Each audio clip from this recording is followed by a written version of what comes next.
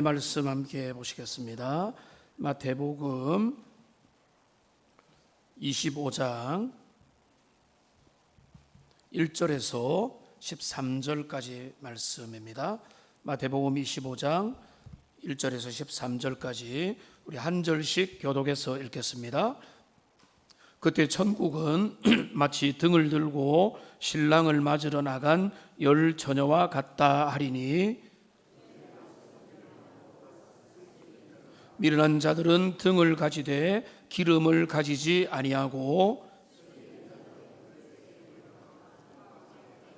신랑이 더디 오므로 다 졸며 잘세. 이에 그 처녀들이 다 일어나 등을 준비할세.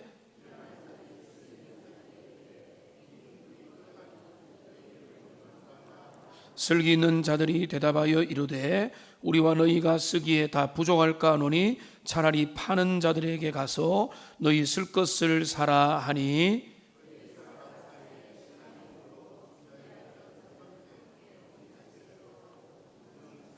이후에 남은 처녀들이 와서 이르되, 주여 주여 우리에게 열어주소서.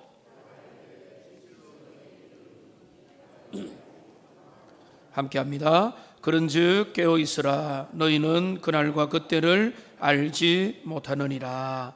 아멘. 우리 한번 인사하고 말씀을 받겠습니다. 반드시 은혜 받읍시다. 이렇게 인사하겠습니다. 제가 이 인사를 자주 시키는 이유가 있습니다. 은혜 받는 것도 우리가 우리 뜻대로 되지 않고 은혜 받는 일은 너무 좋은 일이고 하나님께서 우리에게 베푸시는 최고의 일이기 때문에 이 일들이 우리에게 반드시 주어지기를 원하는 마음과 소원으로 서로를 격려하는 것입니다. 오늘 말씀은 이렇게 시작합니다. 그때에 천국은 마치 등을 들고 신랑을 맞으러 나간 열 처녀와 같다 라고 이렇게 시작을 합니다. 근데 이 이제 시작에 시간 지시어가 나와 있습니다. 그때에라고 하는 시간 지시어가 나와 있는데, 그러니까 이 그때에라고 하는 것은 이 앞에 있는 24장에 나와 있는 내용과 바로 이어지는 비유라는 것을 우리가 즉각적으로 알아챌 수가 있습니다. 24장의 29절 이런 데 보시면, 이제 그날 환난 후에 해가 어두워지고 별들이 하늘에서 떨어지고 권능이 흔들리며 그때 인자의 징조가 임하며 인자가 구름을 타고 능력과 큰 영광으로 와서 그의 택하신 자들을 31절에 하늘 이 끝에 저 끝까지 사방에서 불러 모으시는 그 종말의 이야기를 하시면서 24장에 보면 37절에 노아의 때가 나옵니다. 노아의 때에 노아는 구원의 방주로 올라타고 많은 사람들 심판의 물의 홍수에 이르게 되고, 40절에 보면은 두 사람이 밭에 있었는데 한 사람은 데려감을 당하고 한 사람은 내버려 두고, 그 다음에 두 사람이 41절에 맷돌질을 하고 있는데 한 사람은 주님이 데려가시고 한 사람은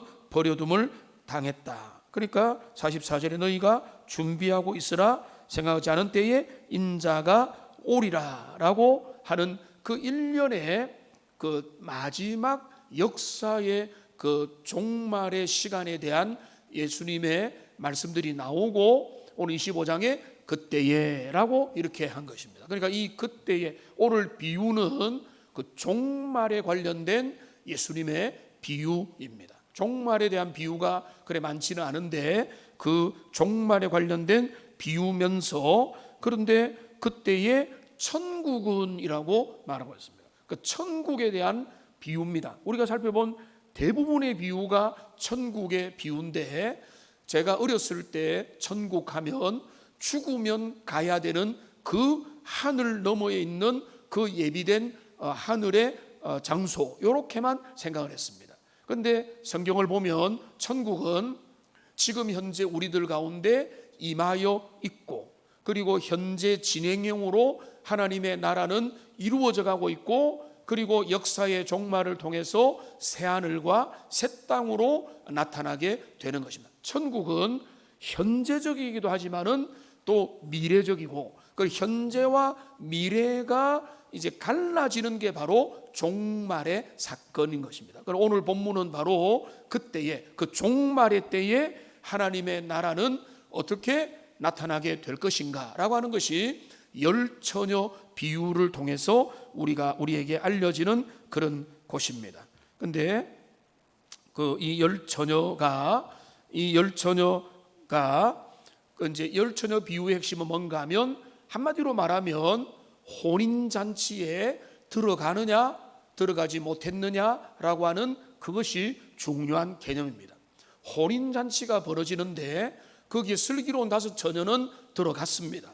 근데 미련한 5 처녀는 겨우 들어간 게 아니라 문이 닫히고 못 들어가고 싶었지만은 결국은 거절당했다는 것입니다. 여기 엄청난 충격과 분리의 사건들이 일어나게 됐습니다. 이 내용을 우리가 살펴볼 건데, 우선은 이 열 처녀는 열 신부가 아닙니다. 신부의 들러리들이다라고 생각하면 쉽습니다. 그러니까 여기 오늘날 참 제가 대통령이라도 요즘에 그걸 함부로 못하지만은 결혼의 문화를 진짜 많이 고치고 싶지만, 우리 시대에 결혼의 좋은 문화도 많이 없어지고 아주 소비지향적이고 이런 문화로 너무나 많이 바뀌고 있어서 아쉬운데, 그런데 옛날 것이 꼭 좋다보다는 뭔가 검소하면서도 뭔가 아름다운 이런 결혼이 돼야 되는데, 그런데 여기 이제 이 당시의 결혼식은 주로 밤에 했으며, 이 이제 절차를 보면은 오늘날은 너무 간소해지고 요즘에는 패백도 잘 안 하기도 하고 이렇게 한다 하지만은, 이때는 어떻게 되는가 하면 신랑이 이제 신부의 집으로 갑니다. 결혼식 당일날, 결혼식 하기 전에, 그러니까 신부의 집으로 가게 되면 신부가 마중 나오는 게 아니고, 신랑이 도착할 때쯤 되면은 신부의 들러리들이, 그 친구들과 그 신부의 들러리들이 그 등불을 켜고 신랑을 영접해서 이제 그 신부 쪽으로 들어와고, 그래서 그 신부를 신랑이 데리고 다시 그 신랑의 집에서 결혼식을 하고 결혼잔치를 하기 때문에 그 집으로 모시고 간다, 이런 개념으로 생각하면 되겠습니다. 그러니까 신랑이 올 때도 혼자 오지 아니하고 옆에 여러 친구들 대동해서 데려오고, 그리고 신부 집에 도착해 가면 신부의 친구들 들러리들이 나와서 등불을 켜고 대환영을 하고, 신랑은 선물과 여러 준비를 해서 신부집에 가서 신부를 데리고 혼인잔치로 간다, 이렇게 생각하면 되겠습니다. 그러니까 이 비유 속에 이 아름다운 비유가 또 아름답지만 않고 또 비극과 우리를 두렵게 하는 이런 요소들을 가지고 있습니다. 이 내용 가지고 우리 핵심을 몇 가지, 한 3가지 정도만 살펴보기 원하는데, 먼저 첫째는 뭔가 하면 문제가 꼬이는 겁니다. 신랑이 제때 안 오시는 겁니다. 신랑이 와야 되는데 신랑이 안 옵니다.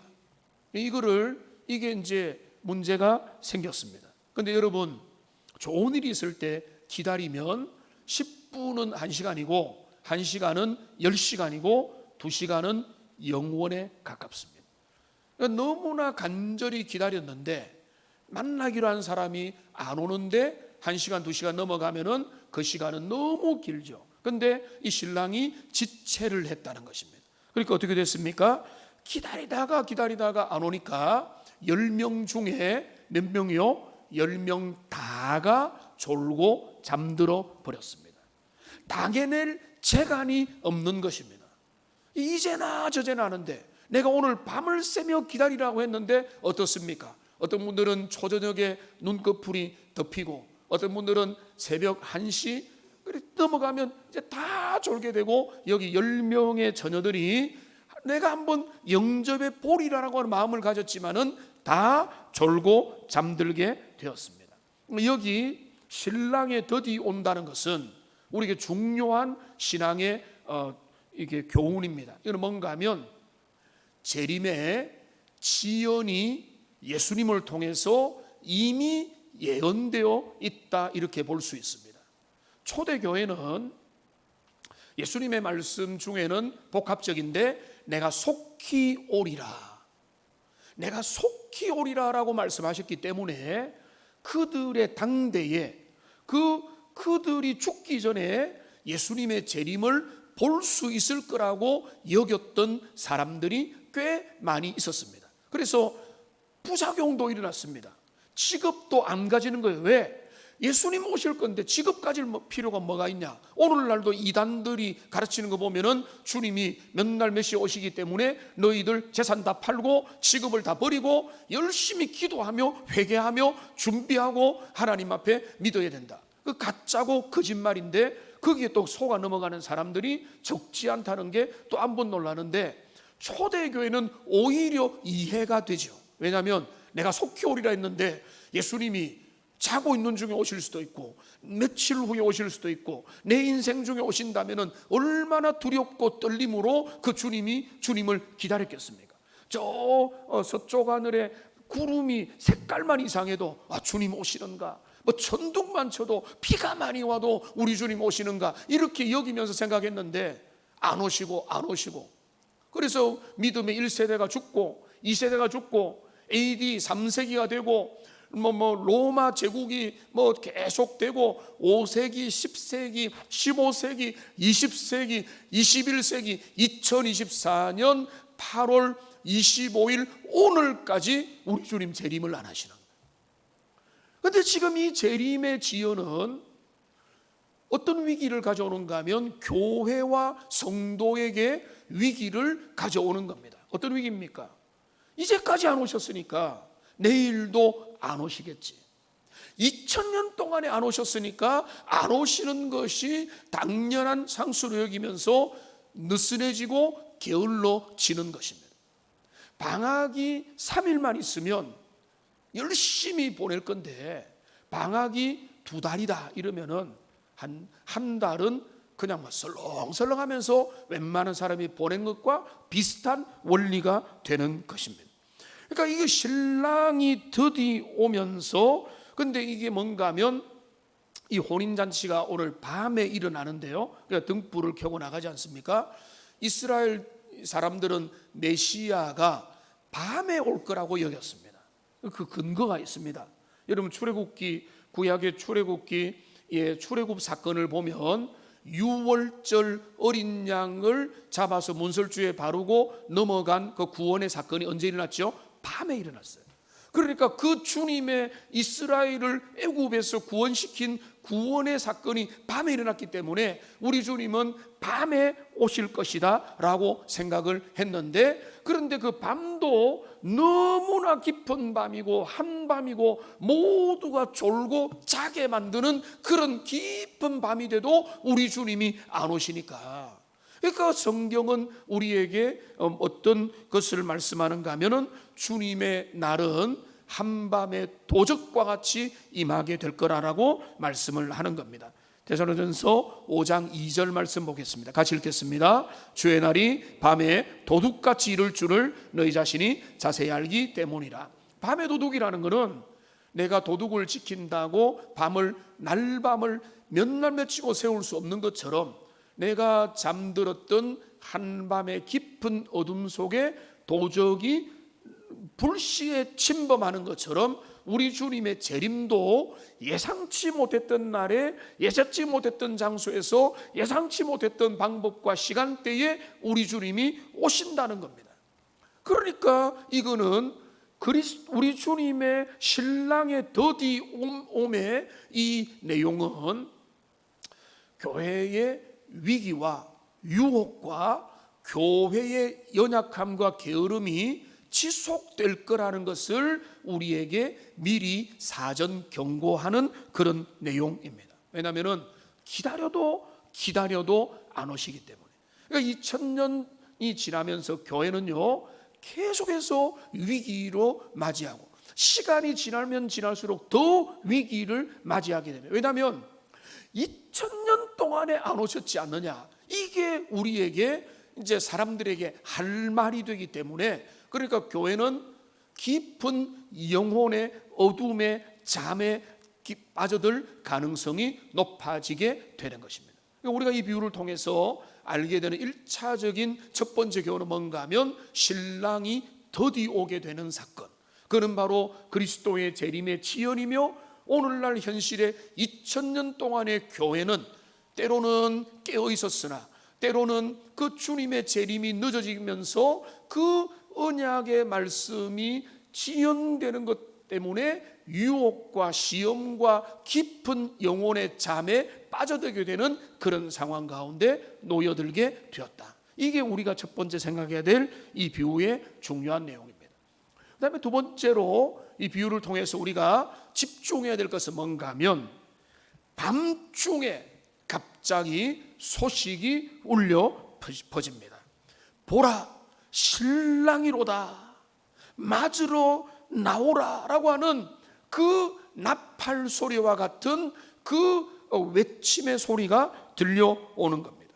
신랑이 오신다. 역사의 종말이 다가온다. 이 세상의 모든 것들이 종결할 날들이 다가온다. 여러분, 우리에게는요, 우리는 유한성 DNA라는 것을 가지고 있는 사람들이지 않습니까? 우리의 삶에도요, 종말이 있음을 아는 사람이 인생을 훨씬 더 치열하게 살아갑니다. 우리에게는 종말이 있습니다. 학교도 졸업을 하고요, 그리고 군대도 여러분 뭡니까? 국방부 시대는 시계는 째깍째깍 간다. 제대할 날이 다가오는 것입니다. 은퇴의 날도 내가 아무리 지연시키고 싶어도 은퇴를 해야 되고요. 그리고 며칠 전에 토막 뉴스를 봤는데, 전 세계 최고령자 할머니로 아는데요, 기사는 자세히 안 읽었습니다. 110 몇 세 이렇게 들었습니다. 110 몇 세 오래 사셨지만은 우리가 사실은 생각해 보면 100세나 110 몇 세나 80세나 110 몇 세나 몇 살이 차이 나는 겁니까? 인생은 유한한 죽음이라는 그 종말을 맞이할 수밖에 없고, 더 큰 종말은 뭔가 하면 역사의 종말을 맞이하게 된다는 거예요. 그러니까 이게 인생도, 삶의 모든 단계도, 인생의 모든 천하만사도 때와 시가 있는 것처럼, 그리고 이 역사의 시간이라는 것도, 시간을 주님이 창조하셨다면 하나님의 창조하신 시간이 이 시간의 종말을 맞고 새로운 시간대로 들어가는 새하늘과 새 땅의 세계가 열리는 것은 너무나 당연하다는 것이 오늘 그 아들이 오신다라고 하는 말을 통해서 우리에게 드러나는 것입니다. 신랑이 오신다라고 하는 소리를 들리니까 10명의 처녀들이 졸고 있다가 정신을 차리고 등불을 켜고 기쁨으로, 설렘으로, 기대함으로 신랑을 맞이하러 가서 영접해서 오면 되는 겁니다. 그게 그들의 임무였습니다. 그래서 그들은 모두가 일어났어. 다 일어났다는 게 중요합니다. 다 나가기 원했다는 것도 중요합니다. 다 일어나서 등불을 준비했는데, 여기에 엄청 곤란한 문제가 생겨났습니다. 이 문제가 뭔가 하면, 미련한 5 처녀들의 등에는 기름이 제대로 준비가 안 돼 있었던 것입니다. 여러분, 기름이라는 것은 쉽게 말하면 등잔이 있고 여기에 여기에 등잔에 불을 붙이면 등불이 되는 것입니다. 쉽게 생각해서 여기 나오는 등불은, 등잔은 횃불 정도로 생각해도 괜찮습니다. 그러니까 긴 막대기 위에다가 헝겊을 둘러감고 거기에다가 감람유나 불을 잘 붙고 지속하게 하는 기름을 듬뿍 바르면, 거기에 불을 붙이면 당연히 어느 정도 불이 다 오르는 것입니다. 그런데 그 불타오르다가 이게 이제 시간이 얼마나 지속될지는 그 성능과 기름의 그 재질과 따라 다 다르겠지만은 뭐 10분이 갈지 30분이 갈지 모르겠지만은 어느 정도 지속되지만 한계가 있죠. 근데 이거를 지속하려면 어떻게 됩니까? 여기에 기름을 계속 공급을 해주면 이 불이 계속해서 타오를 수 있다는 것입니다. 불을 붙이기만 하면 된다. 근데 저도 이 비유를 한참 동안이나 오해하고 대충 잘못 생각했던 것 같습니다. 열 처녀들이 나름대로 기름을 준비하고 열심히 지금 등불을 켰는데 너무 늦어지다 보니까 이 기름이 바닥났다, 이렇게 생각을 많이 했습니다. 자, 그런데 그게 아닙니다. 열심히 모두가 다 기름을 나름대로 준비했는데 더 많이 준비하지 못해가지고 문제가 생긴 게 아닙니다. 오늘 3절을 보십시오. 이 3절에 보면 이렇게 되어 있습니다. 미련한 자들은 등을 가지되 뭐죠? 기름을 가지지 아니했다. 이들은 등은 준비했지만은 그 등에 걸맞는 필요한 기름이 이들에게 준비되지 않았다는 사실을 여러분이 기억해야 됩니다. 반대로 4절에는요, 슬기 있는 자들은 그릇에 기름을 담아서 등과 함께 가져갔다. 여분의 기름을 준비해서 가져갔다.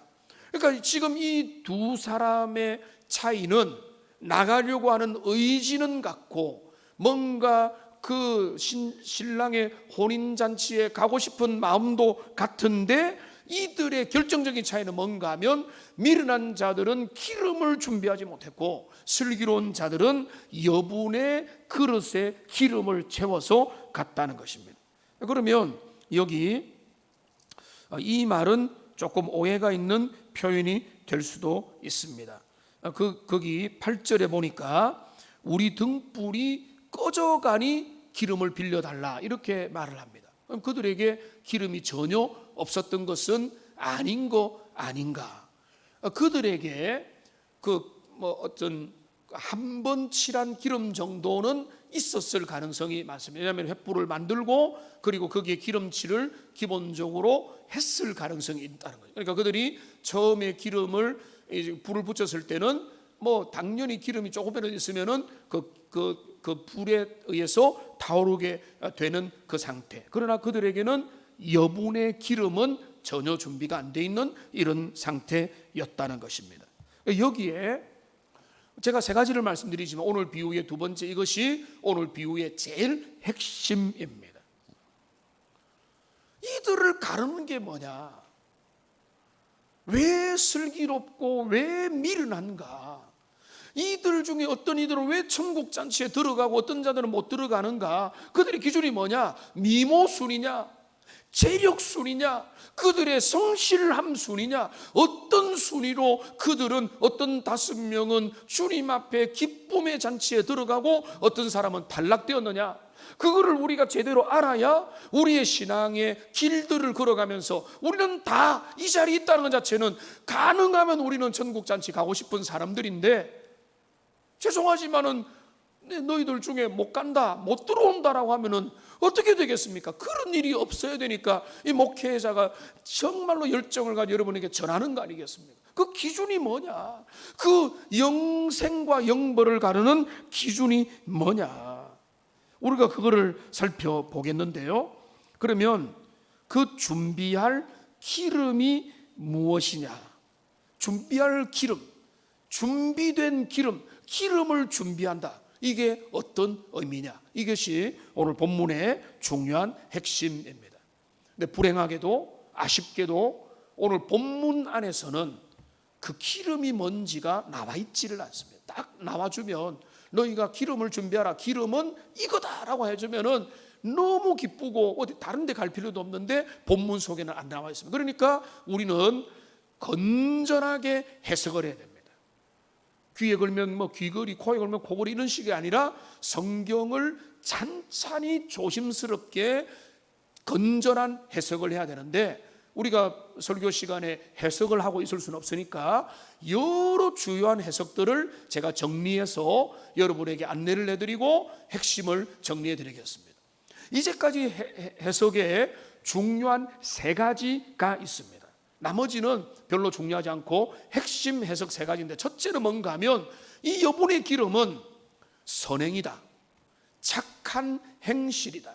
이게 이제 근거가 전혀 없는 것도 아닌 게 앞에 이제 비유의 앞에 보면은 나중에 양과 염소를 구별하시는 사건들 중에 25장 뒤에 나오죠. 근데 사건 중에 보면은 내가 양과 염소를 구별하는데 기준에 보면은 양에게 하는 건, 네가 내가 힘들 때 나를 대접했고 나를 돌봐주었고 줄일 때 먹을 걸 주었고 나를 인정해 주었다. 염소를 향해서는 너는 그거 모른 척했다. 이거를 근거에 상당히 두고 우리가 하나님 앞에 구원을 받았다 할지라도 착한 행실, 선한 행실을 계속해서 해 나가는 삶을 살 때에 우리는 마지막 날에 주님 앞에 인정을 받게 될 거다라고 하는 것이고, 여러분이 깨달았던 것처럼 로만 가톨릭 천주교는 이런 해석을 선호합니다. 그래서 이 땅에서 선행을 하는데 우리 개신교도 선행을 강조하지만 선행이 구원의 필요, 영생의 조건으로 제시되는 게 아니고 구원에 대한 감사와 은혜에 대한 응답으로 우리는 하는 것이죠. 근데 두 번째 또 뭐라고 보는가 하면 이 여분의 기름은 성령의 임재, 그리고 참된 성령의 지속적인 내주 동행하심이라고 보는 것입니다. 성령께서 임재하여 영원히 거하시는 것. 그러면은 미련한 여인에게 있었던 그 불꽃은 뭔가 하면 잠시 그을린 것입니다. 성령이 내주 동행하지 않아도 성령의 반짝이는 역사가 일어날 수 있어요. 여러분, 가시밭길과 돌짝밭에도 잠시 뭔가 신용이 일어나지만 결국은 열매 맺지 못하죠. 그런데 그들에게도 반짝이는 게 있다는 겁니다. 사울에게도 은사가 있었고 여러 가지 선지자 능력을 발휘하는 사람들도 있기 때문에, 그러니까 그런 것이 아니라 여기 성령의 내주하심이 뭔가 하면은 성령께서 진짜 그 가운데 오셔가지고 그의 내면과 영혼을 지상에서 영원한 날까지 인도하시고 지켜주시는, 영원히 거하시는 성령의 은혜가 여기 여분의 기름이라고 정통적인 해석들을 많이 합니다. 저도 당연히 거기에 동의하고요. 그 다음에 세 번째 해석이 있는데, 이 세 번째 뭐라고 해석하는가 하면 이 여분의 기름은 구원 얻는 믿음을 의미하는 것이다. 구원 얻는 믿음, 이거를 다른 말로 참 믿음. 그러니까 가짜 믿음이 있거든요. 현세적인 믿음이 있거든요. 열광적인 믿음이 있거든요. 그리고 기적을 바라는 아주 간절한 열광적인 믿음이 있습니다. 그러니까 믿음이라고 다 진짜가 아닙니다. 그런데 성경이 말하는 믿음은 그거는 참 믿음이고 구원 얻는 믿음입니다. 그러니까 여기 다섯 처녀는 슬기로운 다섯 처녀에게는 참 믿음이 그들에게 있었기 때문에 그 참 믿음을 가지고 때로는 졸고 때로는 피곤했으나 그리스도 그 신랑이 오시는 그때에 일어나서 그 믿음을 가지고 나갈 수 있었다는 거고, 미련한 여인들은 교회는 다니고 출석은 하고 형식적으로 볼 때는 그들도 뭔가 구원에 가까운 것 같았지만은 그들의 내면 속에는 참 믿음이 없었다라고 하는 그런 해석입니다. 칼빈이 이 해석을 추종하고 또 여러 해석자들이 있습니다. 보면 제가 간단하게 정리를 하면, 자, 선행과 착한 행실, 이 땅에서 선한 삶을 사는 것은 구원받은 자의 당연한 의무지만은 오늘 이 비유에서 그들이 준비된 것이 선행이라고 보는 것은 너무 좀 아닌 것 같습니다. 그 정도로만 말씀드리겠습니다. 그러면 자, 성령님의 내주 동행하심이냐 참된 믿음이냐, 제가 가만히 보니까 이거는요 다툴 필요가 없어요. 왜 다툴 필요가 없는가 하면 같은 말이에요. 같은 말의 다른 표현입니다. 참 믿음을 가진 사람에게 성령님이 안 계실 수 있습니까? 불가능해요.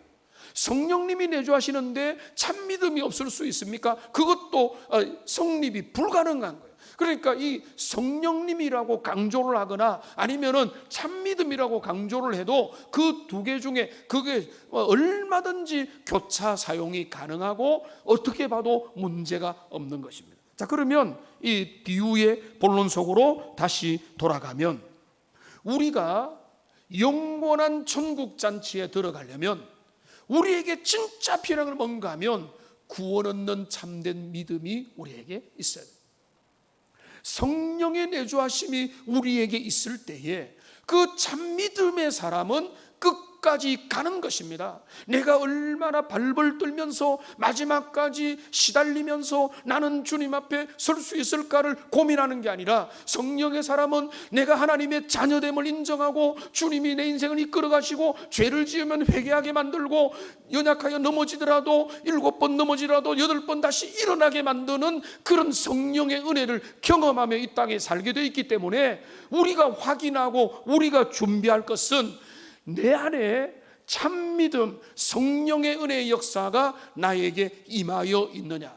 저는 여러분에게 진짜로 주님의 이름으로 도전하고 기도하는 것은, 여러분 중에 모두가 단 한 사람도 예외 없이 참믿음의 사람이 되기를 주님의 이름으로 축원합니다. 이것이 우리에게 가장 중요한 그런 준비 요소가 되는 겁니다. 다른 것들은 부가적인 겁니다. 모든 것들보다 중요한 것은 내게 참믿음이 있느냐, 그게 바로 기름을 준비하는 은혜인 것입니다. 그런데 어떻습니까? 여기 미련한 자들은 준비가 안 된 것을 확인했습니다. 그러니까 당황하고 아주 놀래가지고 어떻게 하는가 하면은 기름을 나누어 달라고 하는데, 여기서도 우리가 오해를 하는 게, 하나님의 가르침이라면 어떻게 됩니까? 나누어 줘야 됩니까? 안 나누어 줘야 됩니까? 나누어 줘야죠. 옆에 사람이 힘들다는데 나누어 줘야죠. 근데 여기 어떻게 합니까? 나누어 줄 수 없노라. 그리고 오히려 뭡니까? 파는 자에게 가서 너희가 그거를 사라라고 하는 것입니다. 핵심을 말씀드리겠습니다. 우리의 신앙은요, 구워줄 수도 없습니다. 나누어 줄 수도 없습니다. 내가, 여러분, 유산은, 물질은, 시간은, 열정은 여러분 옆에 나누어 줄 수 있고, 여러분 좋은 부모님을 만나면 좋은 부모는 자녀들에게 넉넉한 유산과 자녀의 삶의 여러 기초를 위해서 많은 것들을 나눠줄 수 있겠지만은, 믿음은, 구원 얻는 믿음은, 그 은혜 안에, 은혜의 세계 속에 들어가는 것은 아무리 간절해도 내가 그거를 줄 수 없는 거예요. 그러니까 답답하고, 그러니까 너무너무 힘든 겁니다. 우리의 자녀들이 그 은혜를 누리고 그 기쁨을 누리고 살고 싶은데, 내가 그거를 가지고 뭐 혼을 낸다고 되는 것도 아니고, 돈을 싸매고 가서 준다고 되는 게 아니고, 빌고 빈다고 되는 게 아니라 주님의 은혜로만 가능하기 때문에 나누어 줄 수 없고, 그러면 나누어 줄 수 없으면 어떻게 됩니까? 여기 이 말을 그대로 받으면 뭡니까? 파는 자들에게 가서 사라는 거예요. 파는 자들이 누굽니까? 제가 지금 팔고 있잖아요. 농담이 아니에요. 하나님께서 주의 종들에게 그거를 세일즈를 시키고 있는 것입니다. 주의 종들을 통해서 그 기회가 될 때마다 그 복음의 은혜를 들어라, 귀를 열어라, 너희가 그대로 살면 안 된다, 막 그렇게 외치고 있는 것이고, 너희의 지나간 때가 족하다, 너희의 삶을 주님 앞에 코드를 맞춰라, 너희가 믿음으로 주님을 신뢰하고 주님의 주권을 인정하라고 그 종들에게, 그가 뭐 탁월하냐 평범하냐 그거는 중요한 게 아니라 주님이 보내주시면 다 주의 종들인 거예요. 더 탁월한 사람도 있고 더 유능한 사람도 있고, 그거는 하나님께서 평가하는 것이고, 주님이 주시는 그 복음을 전하는 자를 통해서 우리는 살 수 있고, 지금이 그 때요 기회이기 때문에 하나님의 말씀을 듣고 그 말씀 앞에 귀를 기울이는 것이 최고로 우리가 참된 믿음을 준비하는 길인 줄로 믿습니다. 다른 데 가서 준비하는 게 아니에요. 어제 뭐 엉뚱한 데 가가지고 그거를 준비하는 게 아니고, 그 말씀에 귀를 기울이면 됩니다. 그래서 그거를 이사야서에서 정확하게 말합니다. 어떻게 사고 가격은 얼마며 우리가 어떻게 그걸 구입할 수 있는가, 여기 딱 나와 있어요. 이사야 55장 1절부터 3절입니다. 좀 길지만 천천히 한번 읽어보겠습니다. 오라, 너희 모든 목마른 자들아 물로 나오라. 돈 없는 자도 오라. 너희는 와서 사 먹되 돈 없이 값없이 와서 포도주와 젖을 사라. 너희가 어찌하여 양식이 아닌 것을 위하여 은을 달아주며 배부르게 하지 못할 것을 위하여 금을 하면요 2절 수고하느냐? 내게 듣고 들을지어다. 그리하면 너희가 좋은 것을 먹을 것이며 너희 선신들이 기름진 것으로 즐거움을 얻으리라. 3절입니다. 너희는 귀를 기울이고 내게로 나와 들으라. 그리하면 너희의 영혼이 살리라. 내가 너희를 위하여 영원한 언약을 맺으리니 곧 다윗에게 허락하신 확실한 은혜니라. 여러분 1절을 보십시오. 너희는 나와라. 나와서 뭐합니까? 사 먹으라. 사 먹으라. 사 먹되 얼마면 됩니까? 교회 와서 그 말하면 안 되죠. 뭐죠?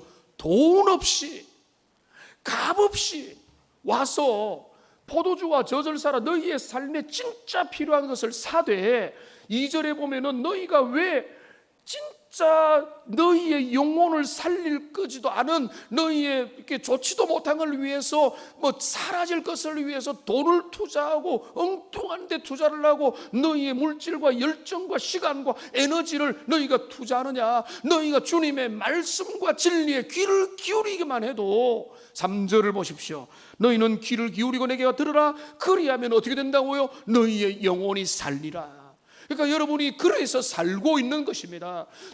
저만이 아니고 이전에 말씀을 전한 설교자들과 주님의 교회에 허락한 주님의 말씀의 종들을 통해서 주님은 말씀이 들리게 하시고 여러분이 말씀을 꾸준히 받아 먹고 순종하고 아멘할 때에 하나님은 성령의 은혜를 그들에게 부어주시고 그들에게 마음 가운데 참된 믿음을 부어주시면 여러분 그 천국 잔치가 준비되게 될 줄로 믿습니다. 다른 길이 없는 거예요. 그러니까 지금이 기회인 것입니다. 지금 그 길이 열려 있을 때, 때가 될 때에, 그 너희가 살 수 있을 때에 여분의 기름, 구원 얻는 믿음, 참된 성령의 은혜를 허락하는 그 계기가 있을 때에 눈을 열고 귀를 열고 마음을 열고. 그런데 말씀드렸잖아요.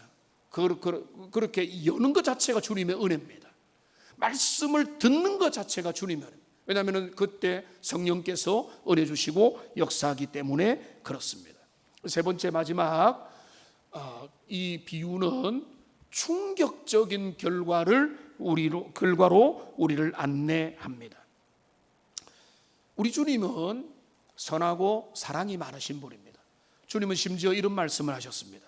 요한복음 6장 37절에 보면 아버지께서 내게 주시는 자는 다 내게로 올 것이고 내게 오는 자는 내가 결코 내쫓지 아니하리라. 이 말씀 보면 화면에 잠시 띄워주시고 이 말씀을 보면 비유와 어울리지 않는 것 같죠? 그렇지 않습니다. 이 구절을 보십시오. 누가 다 주님께 가죠? 아버지께서 내게 주시는 자입니다. 모두가 아니에요. 원한다고 다 가지는 게 아니에요.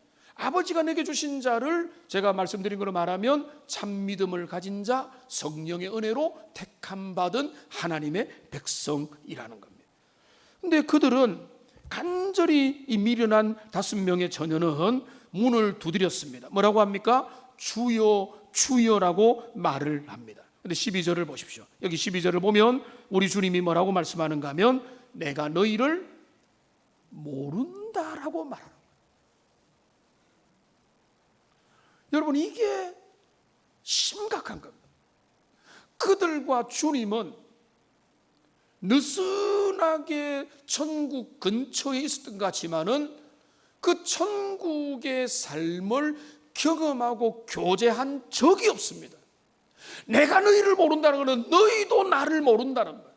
서로가 모르는 채로 그냥 대충 믿음의 길을 어떻게 되겠지라고 떠나고 있는 그런 사람이라는 겁니다.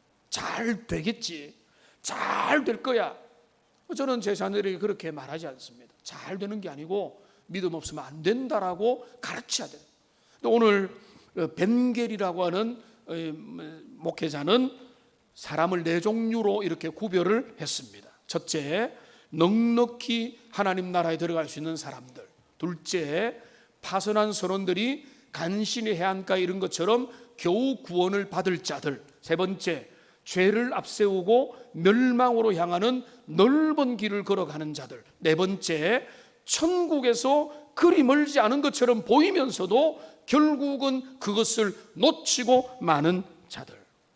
자, 오늘 이 미련한 5 처녀는 몇 번째입니까? 4번째죠. 4번째.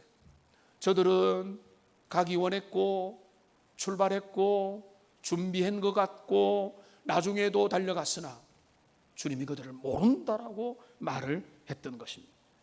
우리 주님의 오늘 비유의 결론은 무엇입니까? 오늘 결론은 이렇게 나와 있습니다. 13절에 보니까 그런즉 깨어 있으라. 깨어 있으라 하면 깨어서 열심히 기도하라, 하나님 앞에 매어 달려라, 믿음 생활 열심히 하라, 이거 당연히 맞지만, 근데 이 오늘 비유는 그보다 그 근본적인 것을 말합니다. 너희의 기회가 있는 동안에 기름을 준비하라는 것입니다. 믿음을 붙잡고 성령의 은혜를 받고 진실한 주님의 사람, 세상의 어떤 환난과 역경 가운데서도 주님의 은혜의 지배를 받는 하나님의 사람으로 설 수 있는 참 믿음. 그러니까 믿음이 없이는 주님을 기쁘게 할 수 없다고 하는 그 믿음, 그 작은 겨자씨 같은 믿음을 주님 앞에서 가졌느냐 가지지 않았느냐, 이것이 그 5과 5을 가르는 중요한 기준이 되는 것입니다. 지금 기회가 있을 때에 여러분 그 믿음을 가진 사람은 넘어지더라도 일어나는 것입니다. 예배하며 찬양하며 섬기고 희생하고 주님이 원하는 그 기도의 삶을 살아가는 것입니다. 때로는 너무 주님이 안 오시고 우리는 너무나 연약해서 때로는 깊은 잠을 들다 할지라도, 그러나 그 가운데 주님이 불러 깨워주시고 다시 일어나도록 하시는 그 은혜가 우리에게 있는 것입니다. 이제 말씀을 맺습니다. 우리 모두가 단 한 번도 예외 없이 참 믿음을 주님으로부터 부여받아서 성령의 사람으로 마지막 날까지 우리 주님 오라 하실 때, 주님 부족하지만은 주님의 사람인 내가 여기 있습니다 라고 고백할 수 있는 하나님의 모든 백성들 다 되시기를 주님의 이름으로 축원합니다. 기도하겠습니다. 살아계신 하나님 아버지, 오늘 우리가